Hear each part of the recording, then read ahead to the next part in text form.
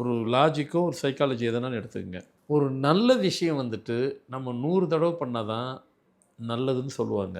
ஒரு கெட்ட விஷயத்த ஒரு தடவை பண்ணாவே போதும் அது கெட்டதுன்னு சொல்லிருவாங்க. ஆமா சார். சரியா இல்லைங்களா? நிச்சயமா. ம்.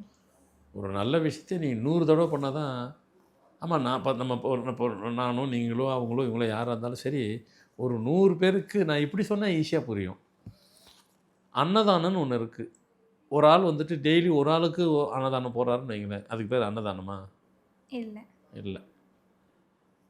ஒரு ஆளு 100 பேருக்கு போடுற சாப்பாடு வாங்கி குடுக்குறாரு. அதுக்கு பேர் அன்னதானம்.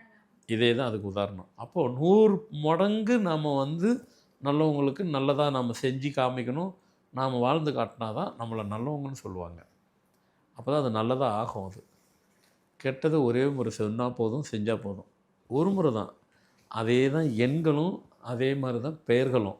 உங்க டேட்டுக்கு உங்க பேர் கரெக்டிவிட்டி இல்ல அப்படின்னு சொன்னாவே, உங்க பேர் ஒரு முறை கூப்பிட்டா கூட வேலை செய்யாது உங்கள. உங்கள வேலை செய்ய வைக்க விடாது.